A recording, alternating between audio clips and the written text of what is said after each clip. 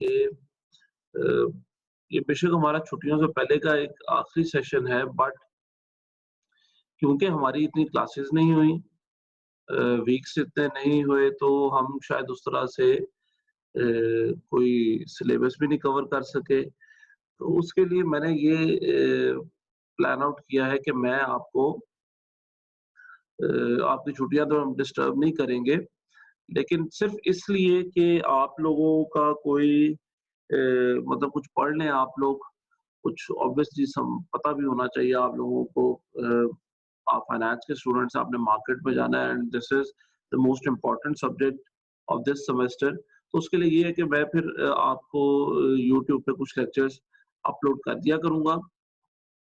आप लोग वो अपनी कन्वीनियंस के मुताबिक देख लीजिएगा, जब आपको कन्वीनिएंट लगे, और फिर उसके बाद जब आप लोगों को मुनासिब लगे या आप लोग चाहते हों, तो हम लोग एक कलेक्टिवली एक सेशन रख लेंगे आपस में डिस्कस करके। तो आप लोगों को तो कुछ पढ़ना भी है ऑब्वियसली, ये तो आसान काम है कि मैं कहूँ ठीक है जी, बस आपका सिलेबस खत्म हो गया और दैट्स इट। क्योंकि अभी कोई पॉलिसी फाइनल नहीं है आपके एग्ज़ाम्स के बारे में, अभी तक क्लैरिटी नहीं है कि 8वें सेमेस्टर के लिए हमने क्या करना है। तो इसीलिए आप लोग बेटा छुट्टियों में रहिएगा, बट वो लेक्चर्स मैं आपके लिए अपलोड करता रहूँगा and you can watch it, और उसके बाद हम लोग एक सेशन रख लिया करेंगे व्हेनेवर यू विल नीड। तो इसीलिए अब असल मकसद तो हमारा आपका एग्ज़ाम लेना तो नहीं, आपका असल मकसद है आपको कुछ सिखाना, समझाना। तो हम लोग डिविडेंड का चैप्टर पढ़ रहे थे, और ये आपके सामने थ्योरीज ऑफ रेलेवेंस एंड इररेलेवेंस है, ये हमने डिस्कस की थी लास्ट टाइम। और इसके अलावा मैंने आपसे ये ज़िक्र किया था कि डिविडेंड पॉलिसी जो वर्ड है, टर्म है, इसमें जो बातें पढ़ने वाली हैं, बेसिकली डिविडेंड के बारे में क्या-क्या कुछ आप जानना चाहते हैं, ये क्या-क्या कुछ डिसाइड करना चाहते हैं, वो हमने बात की थी। सबसे पहले तो हमने ये डिसाइड करना है कि डिविडेंड की इम्पोर्टेंस क्या है, डिविडेंड देना चाहिए, नहीं देना चाहिए। उसके लिए हमने थोड़ी-सी आर्गुमेंट की रेलेवेंस और इररेलेवेंस की। दूसरा सवाल था कि डिविडेंड चलो देना है, तो कब दिया जाए डिविडेंड? उसके लिए हमने डेट्स का ज़िक्र किया था। फिर तीसरा सवाल, डिविडेंड ठीक है देना भी है और डेट्स भी डिसाइड करनी है, लेकिन डिविडेंड कितना देना है, अमाउंट कितनी है? तो उसके लिए ही हम आज फैक्टर्स पढ़ेंगे, फैक्टर्स ऑफ डिविडेंड। और फिर अगला सवाल है कि ये भी डिसाइड कर लिया कितना देना है, अब किस पॉलिसी के थ्रू देना है, इस पॉलिसी के थ्रू देना है, ये भी डिसाइड कर लिया कितना देना है। तो उसके लिए हम फिर आज ही पढ़ेंगे टाइप्स ऑफ डिविडेंड पॉलिसीज।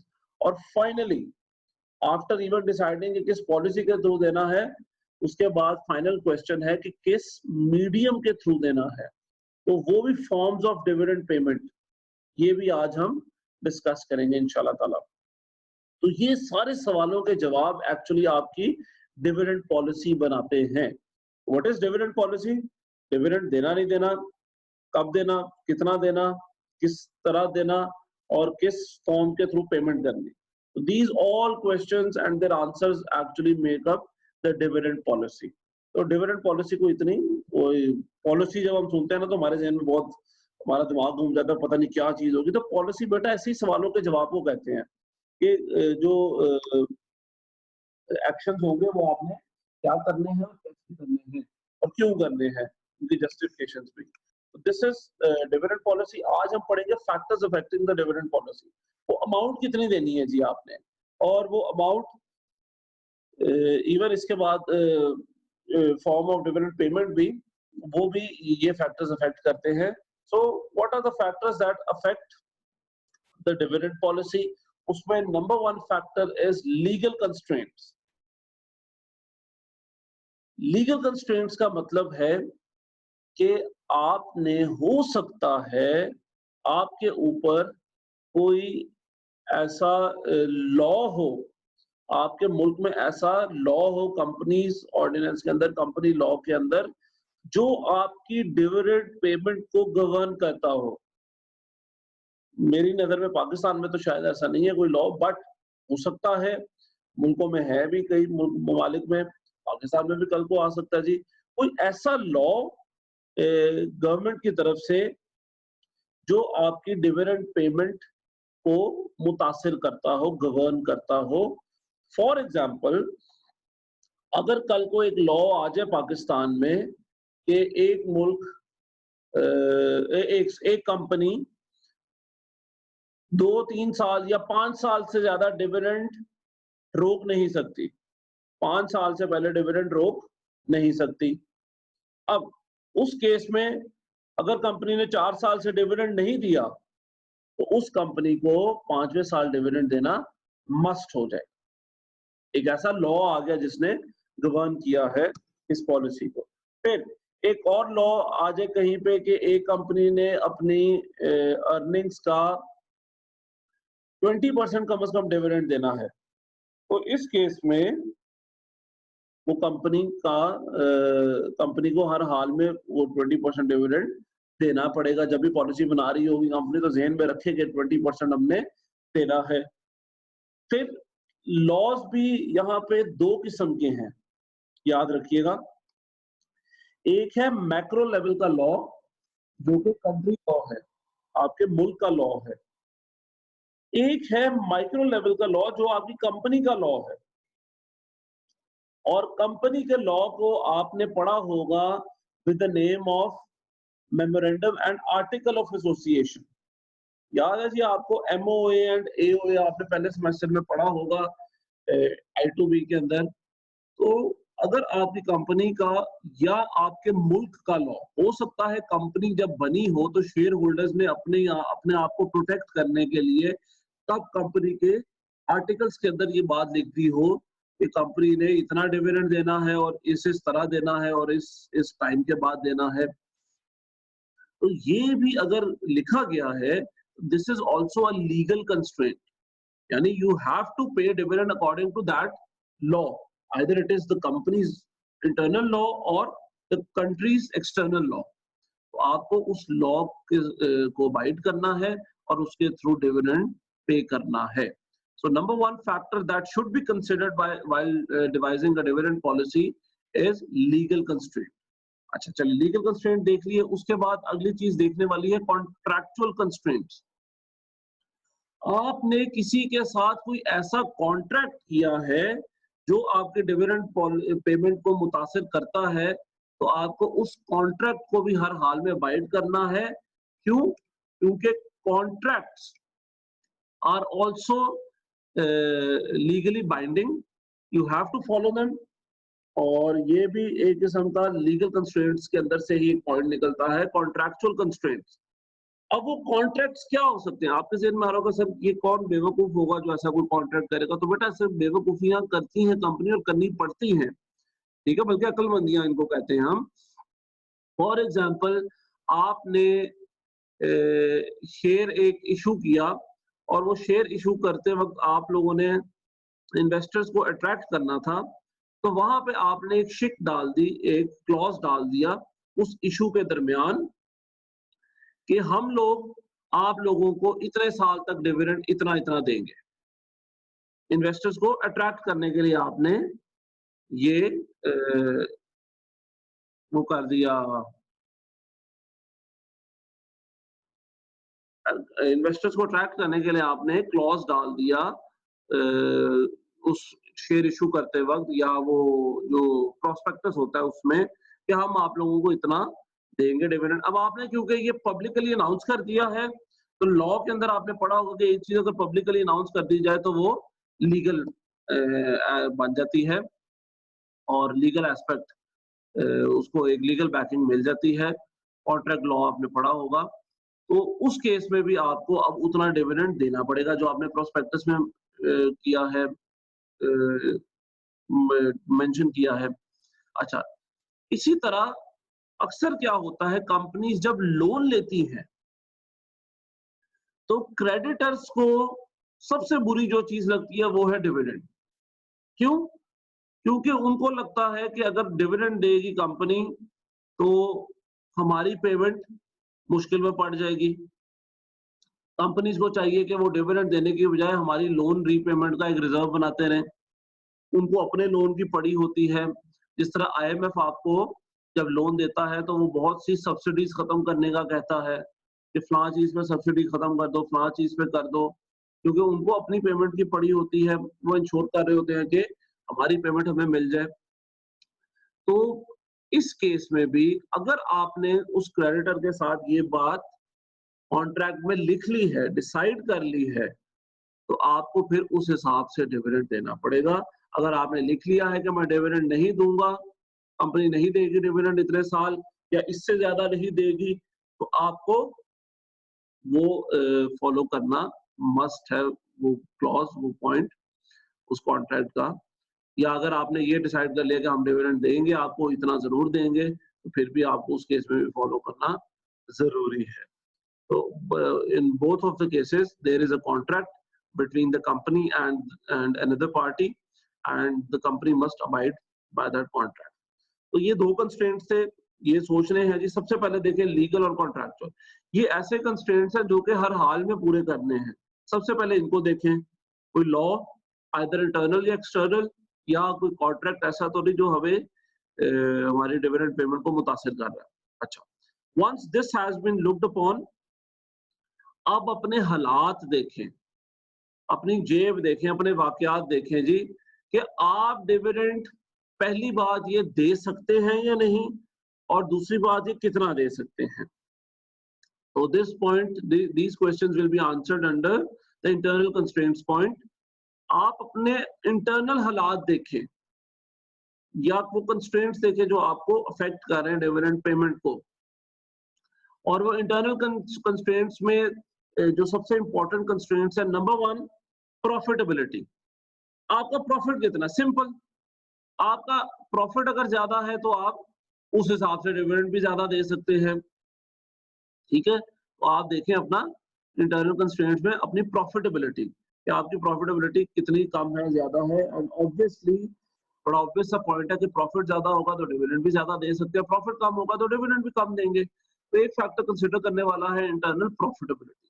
दूसरा, प्रॉफिटेबिलिटी एक अलग चीज है और लिक्विडिटी एक अलग चीज है, ठीक है। कैश है या नहीं, आपके पास कैश है या नहीं, लिक्विडिटी पोजीशन आपकी कैसी है वो पे करने के लिए।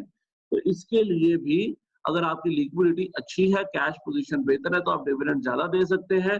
अगर लिक्विडिटी अच्छी नहीं है तो या तो डिविडेंड ना ज्यादा दें, या दे ना, या दे ना ज्यादा ना दें, या फिर किसी और फॉर्म के थ्रू दे दें। जो आपने आगे पढ़ना है कि कैश के अलावा भी हमारे पास डिविडेंड की ऑप्शन होती है। तो यहाँ पे आपने डिसाइड करना है कि कैश के थ्रू देना है, किसी और फॉर्म के थ्रू देना है। सेकेंडली, प्रॉफिटेबिलिटी कितनी है। ये दो फैक्टर्स इंटरनल ऐसे हैं जो आपकी डिविडेंड डिसीजन को अफेक्ट कर सकते हैं। इसके अलावा इंटरनल फैक्टर्स में आप अपनी लायबिलिटीज देख लें जी, आपकी लायबिलिटीज कितनी है। अगर आपकी लायबिलिटीज ज्यादा है, अगेन तो आप डिविडेंड कम से कम देने की कोशिश करेंगे और उन लायबिलिटीज को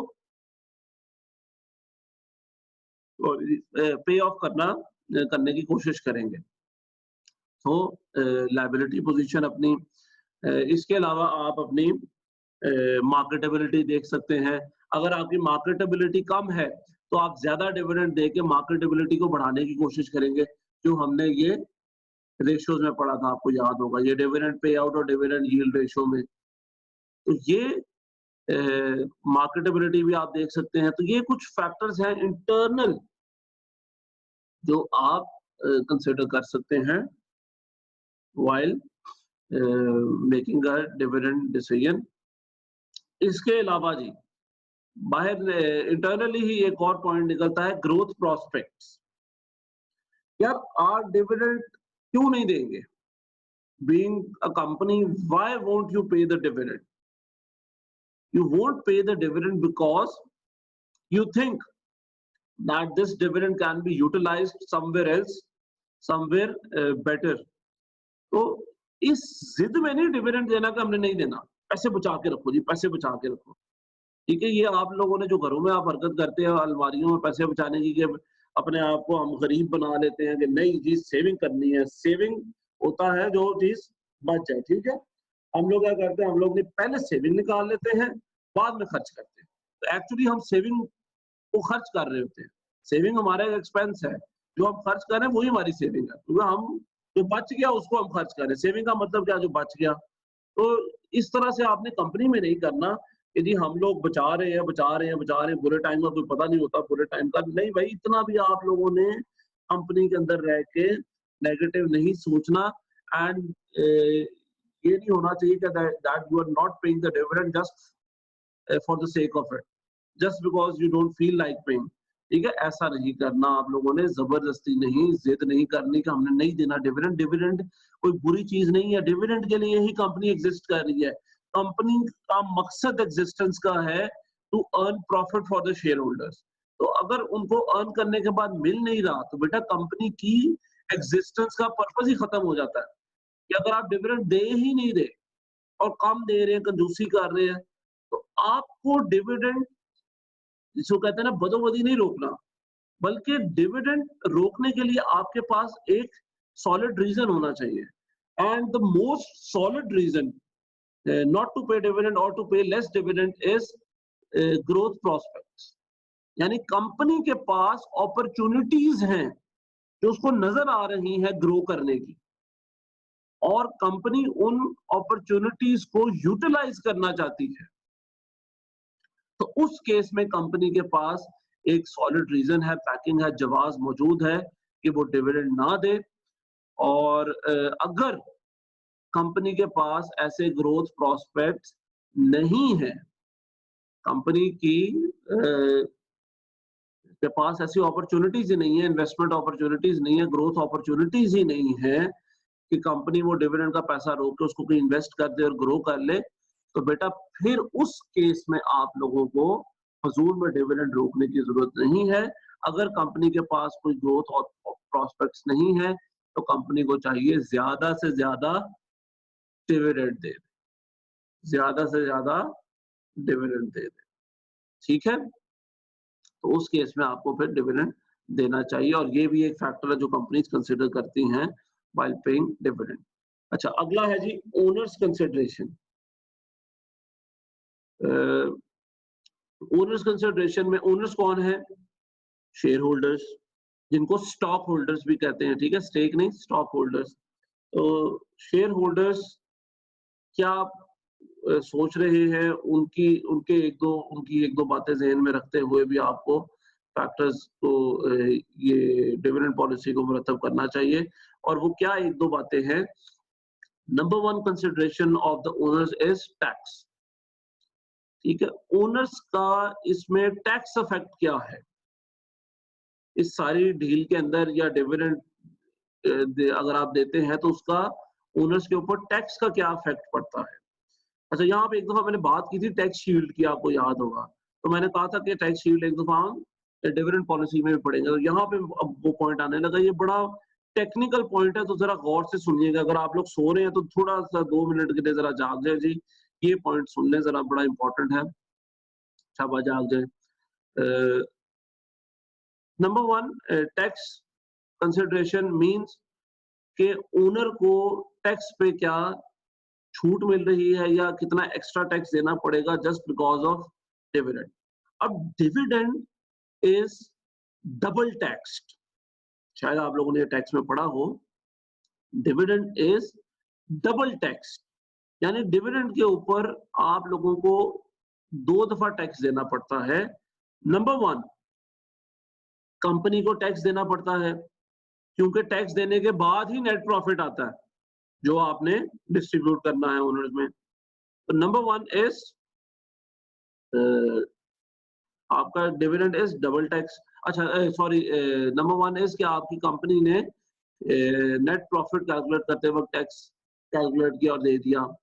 दूसरा टैक्स कब देना पड़ता है? जब वही टैक्स अमाउंट जिस पर टैक्स चार्ज हो चुका है, जब वो डिस्ट्रीब्यूट की जाती है ओनर्स को, तो उनको उस पर भी डिविडेंड देना पड़ता है, टैक्स देना पड़ता है। तो ओनर्स को भी टैक्स देना पड़ता है जब उनको वो पैसे मिलते हैं, और कंपनी भी जब वो प्रॉफिट कैलकुलेट कर रही होती है तो उसको वो टैक्स देना पड़ता है।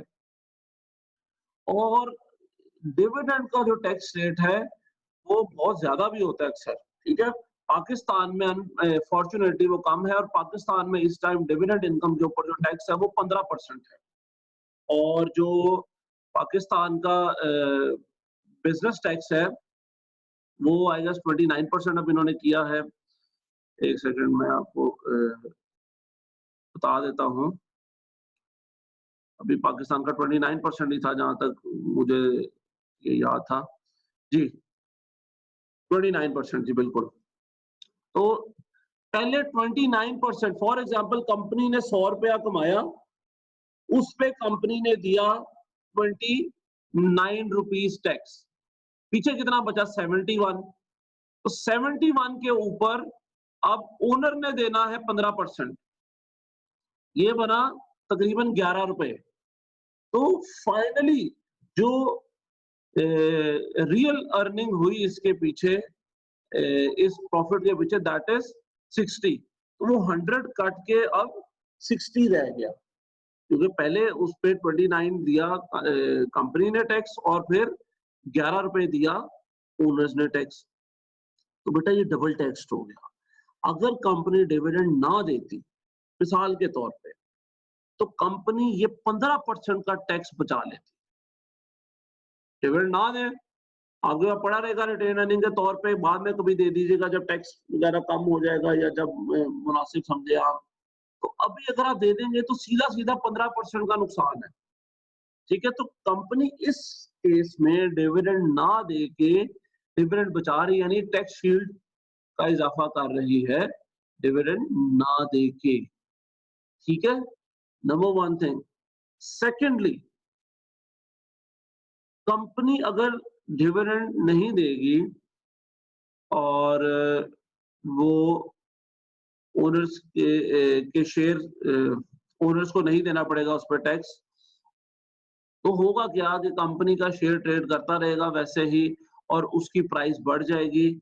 और जब उसकी प्राइस बढ़ जाएगी तो ओनर्स तब उसको बेच के, यानी शेयर होल्डर्स उसको शेयर को बेच के, वो जो बेनिफिट है उनकी बाइंग प्राइस का और सेलिंग प्राइस का, जिसको आप कहते हैं कैपिटल गेन, जिसको आप कहते हैं कैपिटल गेन, वो हासिल कर लेंगे। तो कंपनीज अगर डिविडेंड नहीं दे रही तो घबराने की बात नहीं है। ओनर्स को जब, शेयर होल्डर्स को जब मुनासिब लगेगा वो शेयर बेच के उस पे कैपिटल गेन की सूरत में अर्न कर लेंगी। फॉर एग्जांपल, एक शेयर होल्डर ने शेयर लिया 10 रुपए का और आपने डिविडेंड देना था 2 रुपए का, नहीं दिया, होगा क्या कि जब 12 रुपए का शेयर होगा वो बेच के 2 रुपए वहां से अर्न कर लेगा, ठीक है। तो इस केस में आपको घबराने की जरूरत नहीं है, ओनर अपना बंदोबस्त कर लेगा। लेकिन होगा क्या कि ओनर जब ये हरकत करेगा, कैपिटल गेन हासिल करेगा, तो उस केस में जब वो बेचेगा शेयर, उसको तब टैक्स देना पड़ेगा, क्योंकि हर किस्म की अर्निंग पे टैक्स होता है, तो वो डिविडेंड की फॉर्म में हो या वो कैपिटल गेन की फॉर्म में हो। आई होप आप लोगों ने कैपिटल गेन पढ़ा हुआ है, आप लोगों को आइडिया है कि कैपिटल गेन होता क्या, ठीक है। अगर नहीं पता तो बेटा पूछने, मैं भी पढ़ाई जा रहा हूँ आगे, ये सोचते हुए कि आप लोगों को पता, मैंने बता भी दिया है। The differential between the buying and selling price, इसको कहते हैं कैपिटल गेन, और इसके ऊपर भी टैक्स देना पड़ता है। अब टैक्स तो तब भी देना पड़ेगा, टैक्स से बच के ही आपने डिविडेंड नहीं दिया तो टैक्स तो बेटा आपको तब भी देना पड़ेगा शेयर होल्डर को जब वो बेचेगा। लेकिन यहाँ पे आपने क्या देखना है, यहाँ पे आपने देखना है कि तब कितना टैक्स देना पड़ेगा। ये हमें पता है कि पाकिस्तान के अंदर dividend rate, dividend tax rate जो है दैट इज 15%, ठीक है।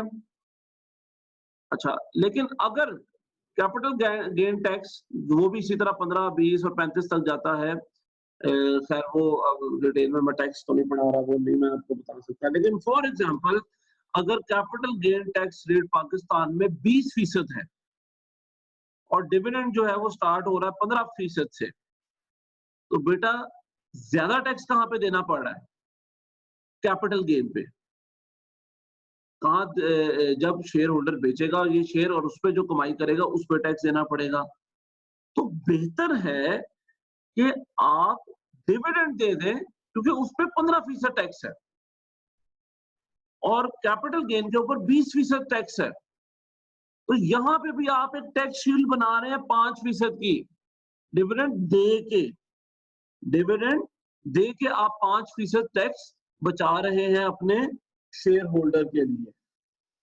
लेकिन अगर कैपिटल गेन टैक्स 10% है और डिविडेंड 15% है मिसाल के तौर पे, तो बेटा इस केस में आप डिविडेंड ना देके 5% बचा रहे हैं टैक्स की मद में अपने ओनर का। तो बेसिकली आपने कंपैरिजन करना है between the dividend tax rate and the capital gain tax rate. इन दोनों टैक्सेस को कंपेयर करें, जहां पे कम टैक्स आपको मिले उस डिसीजन के साथ जाएं। यानी अगर डिविडेंड पे टैक्स रेट कम है तो डिविडेंड दें, ज्यादा से ज्यादा दें, और अगर कैपिटल गेन पे टैक्स रेट कम है तो फिर डिविडेंड कम दें या ना दें, ओनर खुद ही उसको बेच के कम टैक्स के साथ कमाई कर लेगा। ठीक है जी, तो ये थी ओनर्स की टैक्स कंसिडरेशन। फिर ओनर की इन्वेस्टमेंट अपॉर्चुनिटी, ये भी बड़ा इंपॉर्टेंट टॉपिक है। इन्वेस्टमेंट अपॉर्चुनिटी यहाँ पे ओनर से मतलब आप देखें ओनर को भी डिविडेंड जो देंगे वो क्यों देंगे, क्योंकि देखिए डिविडेंड जो है ना वो आपने इसलिए नहीं देना कि ओनर को हम पैसे दें तो वो उससे अपना शॉपिंग कर ले और अय्याशी कर ले और जिंदगी एंजॉय करे। ठीक है, बीइंग अ कंपनी आपको अपने ओनर्स की लॉन्ग टर्म वेल बीइंग का सोचना है। आपने ये नहीं सोचना कि हम ओनर्स को देके वक्ती तौर पे एंजॉय करवा दें जी, वो लोग याशी कर लें। तो क्योंकि वो आपके ओनर हैं, आपके मालिक हैं, बीइंग अ कंपनी आपने अपने मालिक के लिए वही करना है, सोचना है जो उसके लिए अच्छा है, लॉन्ग टर्म अच्छा है, और बेशक उसको खुद भी ना पता हो, लेकिन आपने वही करना है। जिस तरह माँ-बाप हमारे लिए वही चीज़ें करते हैं जो हमारे लिए अच्छी होती हैं, बेशक वो वक्ती तौर पे हमें बुरी लग रही हो, बट बाद में हमें जब पता एहसास होता है कि यार वो अच्छी बात ही कर रहे थे, हमारे मतलब की बात ही थी। तो इसी तरह कंपनी को भी ऐसे ही सोचना है। तो कंपनी क्या करेगी, अगर कंपनी को ये लगे कि ओनर्स के पास हमसे बेहतर इन्वेस्टमेंट अपॉर्चुनिटीज हैं, मार्केट के हालातों वाकयात के मुताबिक उनको ये लगे कि ये लोग यहाँ से निकल के कहीं और बेहतर इन्वेस्ट कर सकते हैं, तो उस केस में कंपनी को चाहिए ज्यादा से ज्यादा डिविडेंड दे ताकि उनके पास पैसे आए और वो बाहर जाके अच्छी-अच्छी इन्वेस्टमेंट्स करें, मार्केट के हालात के मुताबिक। बट अगर कंपनी को लगता है कि हमारे पास ही अगर पैसे रहें, तो हम फ्यूचर में शेयर होल्डर्स को, ओनर्स को ज़्यादा अच्छा कमा के दे सकते हैं, बनिस्बत इसके कि वो मार्केट में जाएँ और मार्केट में जाके उनको कम कमाई हो, तो हम उस केस में डिविडेंड नहीं देंगे। हमें ये लगता है कि अगर हमारे साथ ही ये रीइन्वेस्ट कर दिया जाए डिविडेंड रीइन्वेस्टमेंट प्लान भी कहते हैं जिसको, वो एक खैर ज्यादा चीजें इन्वेस्टमेंट में आपने पढ़ी होगी। तो डिविडेंड को रीइन्वेस्ट कर दिया जाए कंपनी के अंदर, तो वो ओनर्स के लिए अच्छा है। हम फ्यूचर में इनको उससे भी ज्यादा कमा के देंगे जो मार्केट में उनको मिल रहा है। तो इन्वेस्टमेंट की ओनर की इन्वेस्टमेंट अपॉर्चुनिटीज, उनके पास कमाने के लिए मार्केट में अपॉर्चुनिटीज हैं क्या नहीं है, तो डिविडेंड दें, नहीं तो डिविडेंड ना दें, अपने पास रखें। अच्छा जी, ये मीटिंग खत्म होने लगी है, आप लोग इसी पासवर्ड और आईडी के साथ दोबारा से मीटिंग में ज्वाइन कर लीजिएगा फौरन, और आते ही उधर अटेंडेंस मार्क कर दीजिएगा, आते ही उधर अटेंडेंस भी मार्क कर दीजिएगा। ठीक है जी।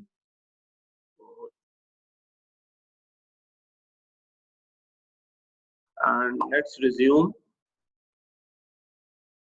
यार कोई सवाल है अगर पिछले सेशन में से तो आप लोग कर सकते हैं चैट में। आप लोग सवाल नहीं करते ना तो मुझे अजीब सा लगता है कि जैसे आप लोग सुन ही नहीं रहे। मुझे पता है कि आप में से आधे से ज्यादा सो ही रहे हैं, बट फिर भी यार कोई सवाल बंदा कर ही लेता है।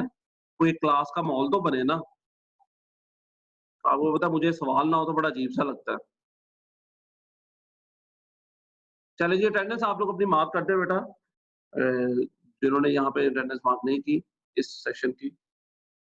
हम बात करते हैं investment opportunities by the owner, तो ये हमने डिस्कस कर लिया था। अगला पॉइंट जो ओनर्स के पॉइंट ऑफ व्यू से कंसिडर करना है, that is dilution of ownership. कोई बात नहीं यार, सो रहे हैं, अब हम भी तकरीबन सो ही रहे हैं। चलें, सो अगला पॉइंट जो हमने डिस्कस करना है, ये ओनर्स के पॉइंट ऑफ व्यू से ही करें, याद रखिएगा कि ओनर्स के की कुछ बातें जो आपने कंसिडर करनी है व्हाइल पेइंग डिविडेंड, उनमें एक है डाइल्यूशन ऑफ ओनरशिप। अच्छा, अब ये भी पॉइंट आपने कभी ना कभी सुना होगा, शायद समझा ना हो अगर तो आज सुन लें। डाइल्यूशन ऑफ ओनरशिप का क्या मतलब है? सिंपल, कि जैसे-जैसे ओनर्स बढ़ते रहेंगे, जो ओनरशिप का वो इफेक्ट है या ओनरशिप का जो इम्पैक्ट है, वो कम होता जाएगा। क्यों कम होता जाएगा? क्योंकि वही पावर, वही वोटिंग राइट्स और वही डिसीजन मेकिंग जो पहले कुछ हाथों में थी, अब वो ज्यादा हाथों में आती जा रही है, तो आपकी पावर कम होती जाएगी, यानी ओनरशिप डाइल्यूट होती रहेगी। मिसाल के तौर पे आप अकेले ही अगर वाली वारिस हैं किसी चीज के, आप जो फैसला करेंगे वही माना जाएगा। अगर 2 हैं ओनर्स, तो आपके पास 50% वोटिंग राइट्स हैं, फिर भी बहुत पावर है। 3 हो गए तो आपके पास 33% हो गए, 4 हो गए 25% हो गए। इसी तरह अगर 100 ओनर्स हो जाएंगे, तो आपके पास वोटिंग राइट्स और सारे इक्वल हैं अगर, तो 1% रह जाएंगे, आपकी बात की फिर इतनी इंपॉर्टेंस नहीं रहेगी। अच्छा, ये तो है वोटिंग राइट्स के अंदर डाइल्यूशन। इसी तरह एक डाइल्यूशन होती है प्रॉफिट के अंदर भी। पहले सारे का सारा प्रॉफिट जो डिस्ट्रीब्यूट होना था कुछ ओनर्स के अंदर, शेयर होल्डर्स के अंदर, वो सारे का सारा प्रॉफिट अब डिस्ट्रीब्यूट होगा उतने ही ज्यादा ओनर्स के अंदर। तो यहाँ पे भी डाइल्यूशन का एक इफेक्ट आपको देखना पड़ेगा with in the profit distribution. तो ये चीज ओनर्स को इतनी पसंद नहीं आएगी और कंपनी को भी हो सकता है इतनी पसंद ना आए। तो ओनरशिप डाइल्यूशन किस तरह होगी? डिविडेंड के साथ इसका क्या ताल्लुक है जी? अगर आप डिविडेंड दे रहे हैं, फॉर एग्जांपल अगर आप डिविडेंड दे रहे हैं, तो आपके पास रिजर्व्स कम होंगे, यानी पैसे कम होंगे, और वही पैसे जो आपने जरूरत में या इन्वेस्टमेंट के लिए इस्तेमाल करने थे, वो आपके पास नहीं है। आपने फॉर एग्जांपल एक्सपैंड करना था, कोई नई मशीनरी खरीदनी थी, कुछ भी करना था, आपके पास वो पैसे नहीं है। वरना क्या था, वो आप रिटेन्ड अर्निंग में से पैसे निकाल लेते, यानी जो डिस्ट्रीब्यूट आपने नहीं किए पैसे, उनमें से आप निकाल के वो अपनी जरूरत पूरी कर लेते। तो अगर आप डिविडेंड ज्यादा दे रहे हैं, तो आपको फिर ये वो वाले पैसे रिटेन्ड अर्निंग वाले मुयस्सर नहीं होंगे। फिर अगर आप डिविडेंड नहीं देते, तो आपके पास पैसे मौजूद हैं, आखिर ख्वाह रिटेन अर्निंग मौजूद होंगी और आप उसी में से फाइनेंस करेंगे अपने डिफरेंट प्रोजेक्ट्स को। तो इन बोथ केसेस आपको पैसे तो चाहिए। आप डिविडेंड दे देते हैं या आप डिविडेंड नहीं देते, इन बोथ केसेस आपको पैसे चाहिए। 1 मिनट यार, एक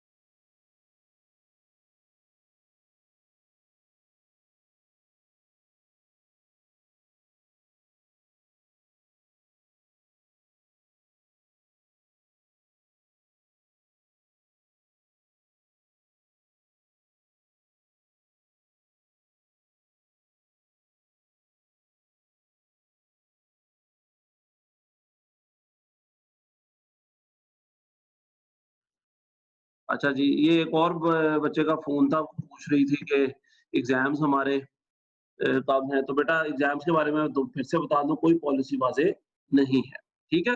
हाँ, एक वैसे मैं आप लोगों को ना एक पर्सनल ओपिनियन मेरा है और मैंने वो मीटिंग में भी बात की थी, आप लोगों से मैं ये अर्ज़ करूँगा कि आप लोग ना अपनी इंटर्नशिप रिपोर्ट रेडी रखें, ठीक है? अभी आप लोगों को सुपरवाइज़र भी खैर अलॉट हो जाएँगे, लेकिन फिर भी उसको तरतीब देना शुरू कर दें, ठीक है? जितनी आपने बनानी है, बना सकते हैं वो इंटर्नशिप रिपोर्ट या फ़ोटोकॉपी भी करवानी है, जो भी करना है जी, आप उसको फ़िलहाल तरतीब रखें। बाद में फिर सुपरवाइज़र्स और वो वाइवा वगैरह अनाउंस हो जाएँगे। तो ये आप लोग अपना टाइम बचाएँ, ठीक है? छुट्टियों में वेले ना बैठिएगा, ये टाइम बचाइएगा अपना। चलें जी, मूविंग ऑन। अच्छा, हम बात कर रहे थे कि यार कंपनी को पैसे तो चाहिए, नए प्रोजेक्ट्स को फाइनेंस करने के लिए। अब अगर तो आपने डिविडेंड दिया हुआ, तो आपके पास पैसे नहीं होंगे, तो फिर वो पैसे कहाँ से आएँगे? बेटा फिर वो पैसे रेज़ करने का सबसे बड़ा जो ज़रिया होगा, वो होगा न्यू शेयर इश्यू।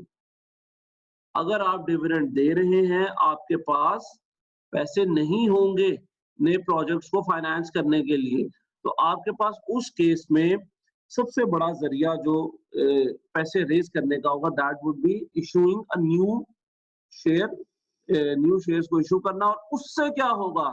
उससे आपकी ओनरशिप डाइल्यूट हो जाएगी। उससे आपकी ओनरशिप डाइल्यूट हो जाएगी। अच्छा, दूसरे केस में अगर आप शेयर इश्यू नहीं करते, तो आपके पास दूसरी जो ऑप्शन है दैट इज़ आप लोन ले लें। अगर आप लोन ले लेते हैं, तो उस केस में आप अपना लीवरेज अपना बढ़ा रहे हैं, अपना डेट रिस्क बढ़ा रहे हैं, तो वो भी कोई कंपनी के लिए अच्छी बात नहीं है। तो 1 मिनट जी होल्ड कीजिएगा।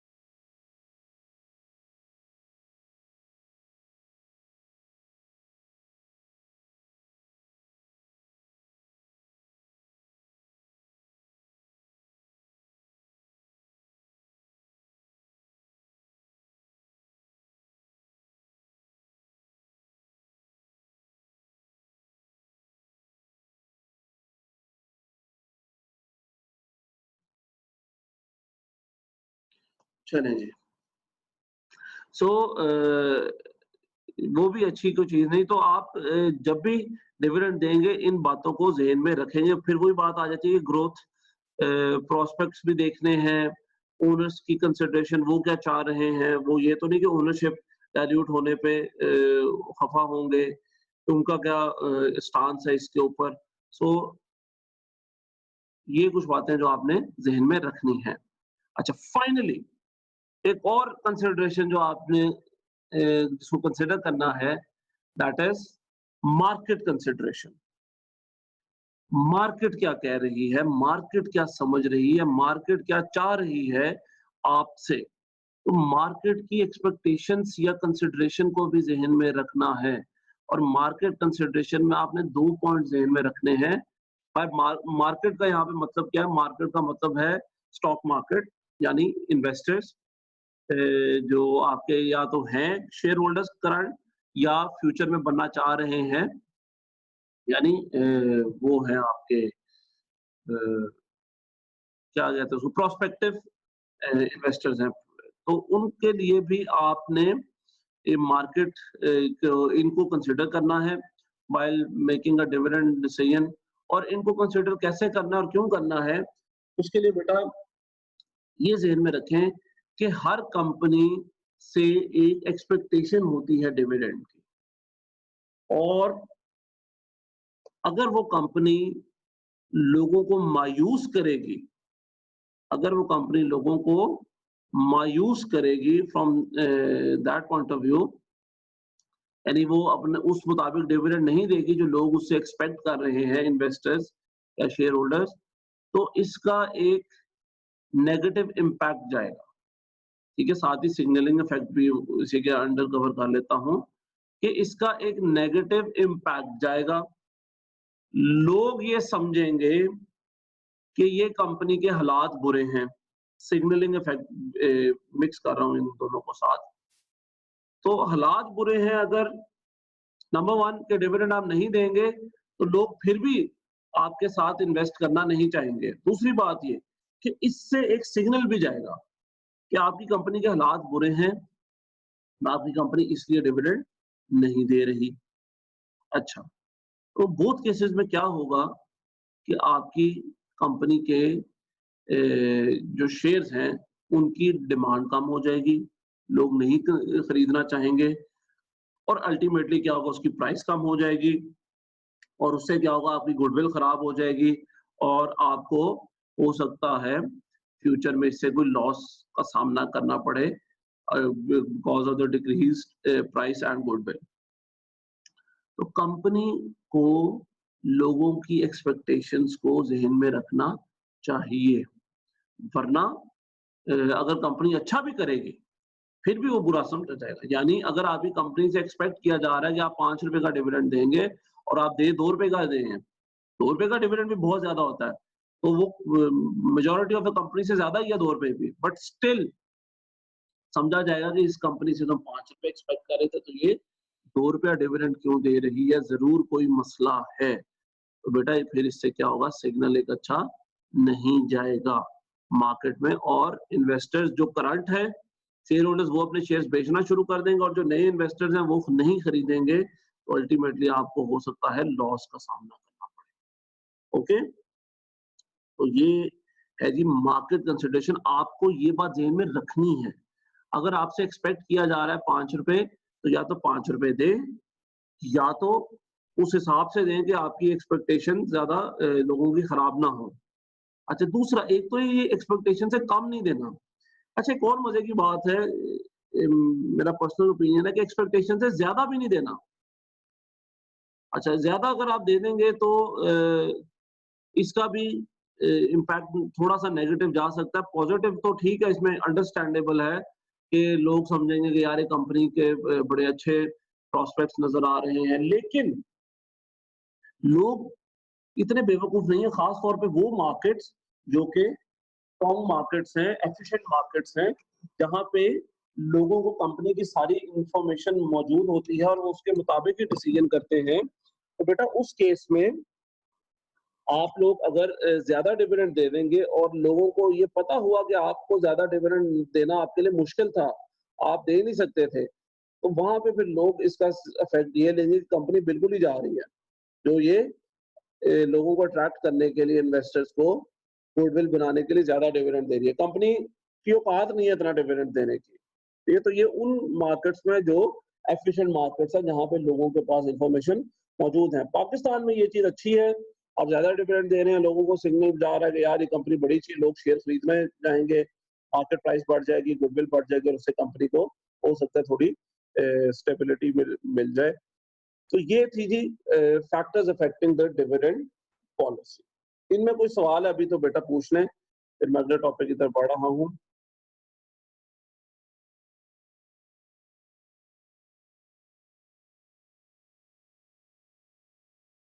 जी बेटा, कोई सवाल? नहीं, चले आगे बढ़ते हैं।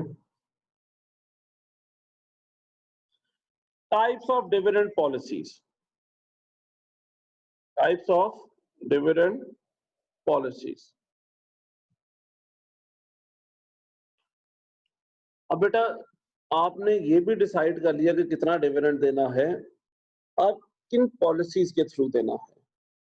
ये जो आपके सामने लिखी आ रही है, ये कुछ वो टाइप्स हैं या कुछ वो फिनोमिनाज हैं जिनके थ्रू डिविडेंड दिया जाता है। और भी हो सकते हैं, आप अपना भी कोई इजाद कर सकते हैं, बट ये आपको समझाने के लिए कि आप कैसे कैसे डिविडेंड दे सकते हैं, तो उसके लिए ये आपको बताया जा रहा है कि सबसे पहली डिविडेंड पॉलिसी है regular dividend policy, regular dividend policy. और नहीं यार थका हुआ नहीं, मैं असल में ना वो 2-3 कामों में बिजी हूँ, मुझे बार-बार ना कॉलें आ रही हैं, तो मेरा ध्यान भी उधर ही जा रहा है। अभी भी इतनी ये आप 1 मिनट में 3 कॉलें आ गई हैं। तो बस ये आखिरी सेशन है हमारा, इसके बाद छुट्टी हो जाएगी इंशाल्लाह, 15-20 मिनट रह गए। अच्छा, एक सवाल मैं अहमद भट्ट साहब का ले लेता हूँ। जिन्होंने सेम कंपनी में इंटर्नशिप की है, उनकी रिपोर्ट सेम हो सकती है? ये तो बेटा आपने एक सवाल किया ना, ये वैसे सवाल करना नहीं चाहिए था। ठीक है, बेवकूफ़ आदमी, सवाल करके फँसने वाली बात है। इसमें आपको मैं नहीं सजेस्ट करूँगा, सेम नहीं होनी चाहिए। और सेम अच्छा कुछ चीज़ें सेम होंगी, वो सेम हो सकती हैं। फॉर एग्ज़ाम्पल हिस्ट्री और आपका वो departmental structure, names of different departments या names of different employees etcetera, वो तो सेम ही होंगे। लेकिन कुछ चीज़ें आपकी अपनी होंगी। जिस तरह एनालिसिस जितना भी होगा, फाइनेंशियल एनालिसिस वो आपका अपना होगा खुद का। क्योंकि अगर आप मार्केटिंग वाले हैं तो आपका एनालिसिस कम है, फाइनेंस वालों का एनालिसिस थोड़ा ज़्यादा होगा। फिर जो एनालिसिस के अल्फाज़ होंगे वो ज़ाहिर-सी बात है वो तो नहीं सेम करने ना, वो आपने और तरीके से उसको इंटरप्रेट किया, दूसरे ने किसी और तरीके से किया। वैल्यूज़ शायद सेम हो, सेम ही होंगी वैल्यूज़, लेकिन उसकी इंटरप्रिटेशन डिफरेंट होगी। फिर काम क्या किया, वर्क डन बाय मी, वो जो काम आपने किया वर्क डन वो भी डिफरेंट होगा ऑब्वियसली। दोनों को एक काम पे तो नहीं लगा दिया, अगर लगा भी दिया तो एक ने किसी और तरीके से किया होगा या दूसरे ने किसी और तरीके से। तो कुछ चीज़ें सेम होंगी, ठीक है? ऑब्वियसली हिस्ट्री एटसेट्रा कुछ चीज़ें सेम नहीं होंगी। अगेन ये डिपेंड करता है आपके सुपरवाइज़र के ऊपर। आपका सुपरवाइज़र अगर मेरे साथ लास्ट टाइम इंटर्नशिप पे 2 बच्चे हैं, दोनों आगे-पीछे। एक आया उसके साथ ही दूसरा आया, दोनों की सेम रिपोर्ट। तो मैंने वापस भेज दिया उसको कैंसल करके। उसको फिर मैंने हफ्ते का टाइम दिया कि हफ्ते के अंदर दोबारा करके लाए, तो फिर उसकी बचत हुई। तो इतनी बेवकूफ़ी कम से कम मैं आप लोगों से एक्सपेक्ट नहीं कर रहा। एक्सपेक्ट कर तो रहा हूँ, लेकिन अब मैंने बता दिया तो मैं एक्सपेक्ट नहीं करूँगा कि आप लोग भी ऐसी बेवकूफ़ी करेंगे, ठीक है? सो प्लीज़ वो जो मैं बार-बार कहता हूँ ना, होश, थोड़ा अपना कॉमन सेंस को जगा ही रखिएगा। बस एक एक आध हफ्ता ही और आपने कॉमन सेंस को जगाना है, उसके बाद बेशक पूरी ज़िंदगी के लिए सुला दीजिएगा। बट कोई 1 आध महीना जो है कम से कम अपनी कॉमन सेंस जगा ही रखें। चलें जी, खैर हम बात कर रहे थे रेगुलर डिविडेंड एंड वो टाइप्स ऑफ डिविडेंड पॉलिसी। तो टाइप्स ऑफ डिविडेंड पॉलिसी में पहली डिविडेंड पॉलिसी है रेगुलर डिविडेंड पॉलिसी। और रेगुलर डिविडेंड पॉलिसी के तहत आप ये डिसाइड कर लेते हैं कि हम हर साल सेम डिविडेंड देंगे, अमाउंट सेम होगी, डिविडेंड की अमाउंट ही सेम होगी। मिसाल के तौर पे 1 रुपया डिविडेंड, आप अब एक लॉन्ग टर्म के लिए 5-10 साल के लिए जब तक आप रिवाइज नहीं करते, आप 1 रुपया ही डिविडेंड देंगे। इससे क्या होगा, आसान, वर्किंग आसान, कैलकुलेशन आसान, प्लानिंग आसान, आपके लिए भी, इन्वेस्टर के लिए भी। आपको भी पता है कितना देना है, उनको भी पता है कितना मिलना है। तो उस हिसाब से वो अपनी एक्सपेक्टेशन बनाएँगे, उसी हिसाब से आप अपने इन्वेस्टमेंट प्लान्स बनाएँगे, ग्रोथ प्रोस्पेक्ट्स देखेंगे। Each and everything would be calculated and would be the same for each year. तो आप ये डिसाइड कर लेते हैं रेगुलर डिविडेंड पॉलिसी में कि हमने इतना डिविडेंड देना है और हर साल देंगे इतना ही डिविडेंड देंगे। This policy is known as regular dividend policy. अच्छा, फिर ये बड़ी अजीब सी बात लगी है यार, ये क्या बात है कि हर साल सेम डिविडेंड देना है? No, this is not acceptable. आज जो आप 1 रुपया दे रहे हैं वो 10 साल बाद 1 रुपया और होगा। आज से 10 साल पहले 1 रुपए में जो चीज़ें आती थी अब वो 5 रुपए में आती होंगी। तो टाइम वैल्यू ऑफ मनी भी तो कोई चीज़ है। तो यार ये कोई अजीब-सी बात है, ये कोई अच्छी बात तो नहीं है कि आप सेम डिविडेंड दे रहे हैं इतने सालों तक। नो, इसका एक हल निकाला जाए और इसका फिर हल निकला कांस्टेंट पे आउट रेशियो या रेगुलर इंक्रीज भी इसका हल है। पहले रेगुलर इंक्रीज बता देता हूँ। रेगुलर इंक्रीज पॉलिसी के तहत आप हर साल एक फिक्स अमाउंट बढ़ाते जाएंगे। आप हर साल एक फिक्स्ड अमाउंट बढ़ाते जाएंगे। आपने अगर आज 1 रुपया दिया, आप कहते जी कि इसमें 1 रुपए में मैं 10 पैसे हर साल बढ़ाता रहूंगा, तो अगले साल 1 रुपया 10 पैसे, फिर 1 रुपया 20 पैसे, 30 एंड सो। तो या तो आप एक अमाउंट दे दें, या उस इंक्रीज भी अगर करना है, जो लॉजिकल है, इंक्रीज होना चाहिए यार, तो उसको फिर इंक्रीज कर देंगे आप हर साल सेम अमाउंट के साथ। अच्छा, अब इन दोनों के साथ एक मसला है कि अमाउंट को आपने फिक्स कर दिया, इंक्रीज हो या डिविडेंड हो। ये कोई अच्छी बात नहीं है, क्योंकि कंपनी को किसी साल प्रोस्पेक्ट ज्यादा हो सकते हैं, वो शायद डिविडेंड ना देना चाह रहे हो या बहुत ही कम देना चाह रहे हो उससे भी, या किसी साल कंपनी को अच्छी कमाई हो जाती है, उस साल फिर कंपनी को ज्यादा डिविडेंड देना चाहिए, उस साल भी कंपनी कम डिविडेंड दे रही है। किसी साल कंपनी को लॉस हो जाता है, फिर भी अक्सर कंपनीज को देना पड़ता है डिविडेंड। तो इन चीजों से बचने के लिए कंपनी एक पॉलिसी अपनाती है, जो है कांस्टेंट पे आउट रेशो। तो कांस्टेंट पे आउट रेशो के मुताबिक आप ये डिसाइड करते हैं कि जितना भी डिविडेंड होगा उसका इतना परसेंटेज हम हर साल दे देंगे। सॉरी, जितनी भी अर्निंग्स होगी, जितनी भी अर्निंग्स होंगी, जितना भी प्रॉफिट होगा, उसका इतना परसेंटेज हम हर साल पे आउट कर देंगे, यानी डिविडेंड की फॉर्म में दे देंगे। ठीक है, तो this is known as constant payout ratio. यानी आपने मिसाल के तौर पर डिसाइड किया कि जितना भी डिविडेंड होगा उसका हम 20% अर्निंग्स होंगी, उसका 20% हम डिविडेंड के तौर पे दे देंगे। तो बेटा आपको अब फायदा क्या? कम अर्निंग होगी तो कम डिविडेंड देंगे, ज्यादा अर्निंग होगी तो ज्यादा डिविडेंड दे देंगे। ठीक है, लॉस होगा तो नहीं डिविडेंड देंगे। तो ये वो जो हमारा खदशा था उससे हम बच जाएंगे कि डिविडेंड अगर ज्यादा होगा तो अर्निंग ज्यादा होंगी तो डिविडेंड भी ज्यादा हो जाएगा, अर्निंग्स कम होंगी तो डिविडेंड भी कम हो जाएगा। तो इस पॉलिसी को हम कहते हैं कांस्टेंट पे आउट रेशियो, और ये बड़ी मशहूर पॉलिसी है और बड़ी ज्यादा अपनाई जाने वाली पॉलिसी है कांस्टेंट पे आउट रेशियो। ठीक है, फिर इसी का एक और वेरिएंट है लो रेगुलर एंड एक्स्ट्रा डिविडेंड। इसमें क्या होता है, इसमें आप हर साल डिविडेंड देते हैं और थोड़ा डिविडेंड देते हैं। जिस तरह रेगुलर की बात हमने की थी, रेगुलर डिविडेंड में हर साल आप डिविडेंड देते हैं, अब हर साल देते हैं, थोड़ा देते हैं, इवन लॉस के टाइम पे भी आप डिविडेंड दे देते हैं अक्सर। बट वो जो शेयर होल्डर्स का खदशा था कि ज्यादा कमाई हो तो आप फिर भी कम डिविडेंड दे रहे हैं, तो आप फिर क्या करते हैं, आप देते हर साल हैं लेकिन थोड़ा देते हैं। जिस साल प्रॉफिट ज्यादा हो जाए उस साल आप डिविडेंड भी ज्यादा दे देते हैं। यानी आप स्लैब बना लेते हैं, स्लैब रेट्स बना लेते हैं डिविडेंड के। फॉर एग्जांपल आप कहते हैं कि अगर हमें 1 मिलियन प्रॉफिट हुआ तो हम 1 रुपी पर शेयर डिविडेंड देंगे, लेकिन अगर ये प्रॉफिट 2 मिलियन से बढ़ गया तो हम 1.5 रुपया डिविडेंड दे देंगे। यानी उस साल, जिस साल प्रॉफिट 2 मिलियन होगा, हम 1.5 रुपया डिविडेंड दे देंगे। और अगर ये प्रॉफिट 3 मिलियन से बढ़ गया तो हम 2 रुपया डिविडेंड दे देंगे।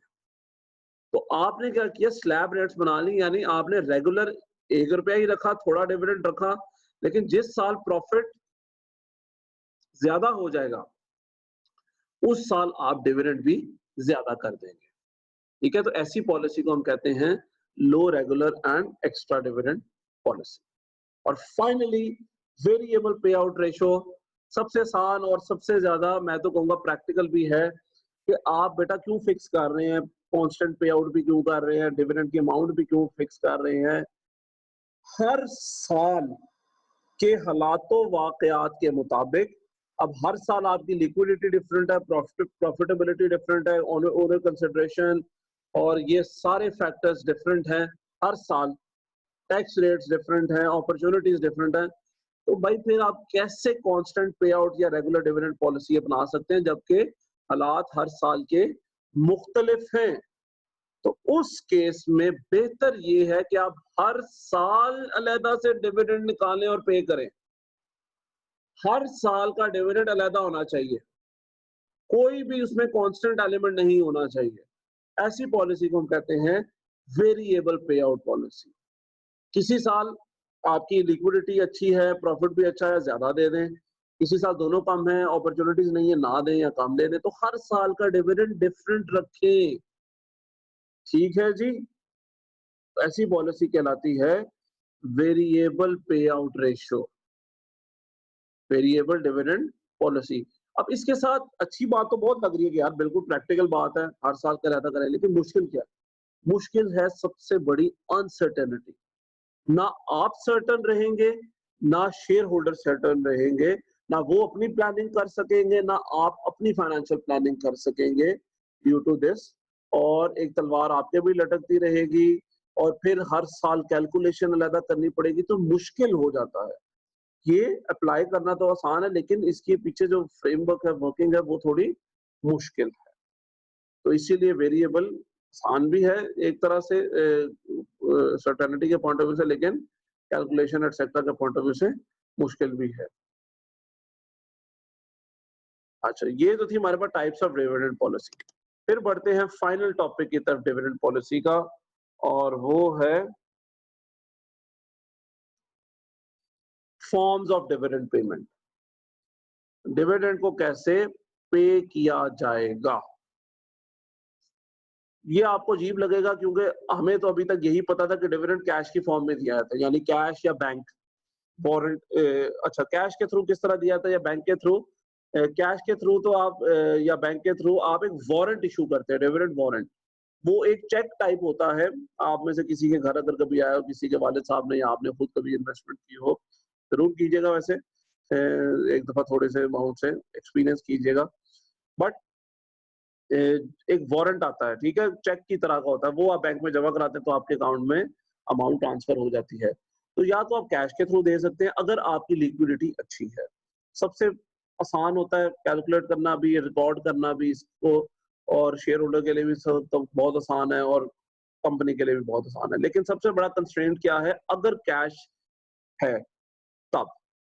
अच्छा, अगर आपके पास कैश नहीं है, लिक्विडिटी कंस्ट्रेंट है, प्रॉब्लम है, फिर या आप डिविडेंड देना नहीं चाह रहे थे, लेकिन आपके ऊपर प्रेशर था कि आपने डिविडेंड देना है, signalling effect, market consideration, owner consideration etcetera, ये रीजंस के तहत आपको देना पड़ा डिविडेंड। तो उस केस में फिर आप डिविडेंड ना दे के भी डिविडेंड दे सकते हैं, या कैश के अलावा भी डिविडेंड दे सकते हैं, और वो है आपके पास 3 ऑप्शन।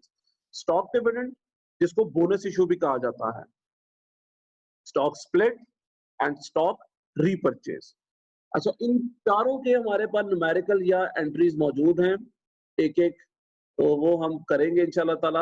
आज मैं आपको कैश डिविडेंड करा दूँगा, बाकी मैं आपको फिर रिकॉर्ड करके स्टॉक और स्प्लिट और रीपरचेज इनकी एंट्री करवा दूँगा एक और लेक्चर में। वो क्वेश्चन पूरा देखना पड़ेगा आपको, गिटमैन के अंदर है वो क्वेश्चंस। चलिए, वो भी मैं आपको खैर रिकॉर्ड कर दूँगा बाद में। ईद के बाद इंशाल्लाह आपको छुट्टियाँ नहीं खराब करेंगे ईद वाली, उसके बाद हम देखेंगे, ठीक है? बल्कि शायद हमारी एक और क्लास हो 31 से पहले, क्योंकि हमारी 27 तक है वेकेशंस, वो भी आपको मैं बाद में बता दूँगा। खैर, चलें फिर कैश डिविडेंड की बात करते हैं जी। कैश डिविडेंड को रिकॉर्ड करना आसान तरीन काम है, और ऐसे कर देता हूँ यार, तू सो जा भाई रेहान। रेहान कह रहा है यूट्यूब पे आज ही अपलोड कर दीजिएगा, आज ही हो जाएगा जी। ठीक है, आप सो जाएँ, शाबाश। चलें। अच्छा, कैश डिविडेंड इस तरह से दिया जाता है। कैश डिविडेंड की एंट्री कैसे करनी है, रिकॉर्डिंग कैसे करनी है? पहली रिकॉर्डिंग है बिफोर डिक्लेरेशन। जब आपने अभी अनाउंस ही नहीं किया डिविडेंड, तब आपके हालात क्या हैं?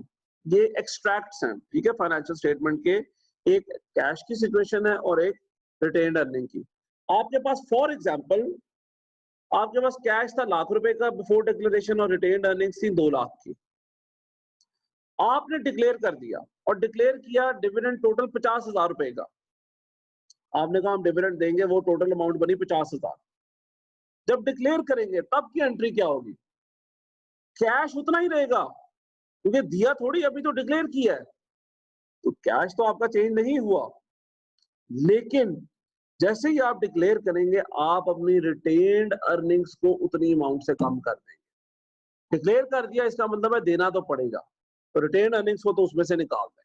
ठीक है, यानी आपने दे दिया, पहुंचा लोगों तक या नहीं, आपने अपनी तरफ से दे दिया है, तो फौरन 50,000 को रिटेन अर्निंग्स में से लेस कर दें। साथ ही साथ एक नई लायबिलिटी साइड पे हेडिंग बन जाएगी डिविडेंड पेएबल, क्योंकि अब आपने अनाउंस कर दिया है आपको पे करना पड़ेगा, तो 50,000 रुपया डिविडेंड पेएबल के नाम से एक लायबिलिटी क्रिएट हो जाएगी। समझ गए जी आप साथ साथ है? अगर ना क्वेश्चन साथ साथ ही बेटा कर लेना, क्योंकि हम सिस्टमैटिकली चल रहे हैं। उसके बाद आपने पेमेंट कर दी, और पेमेंट कर दी फुल, यानी 50 का 50,000 आपने पे कर दिया।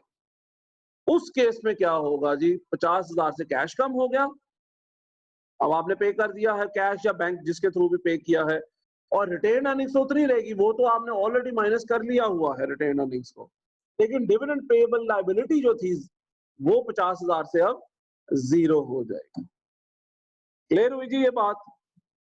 तो ये 3 स्टेजेस है।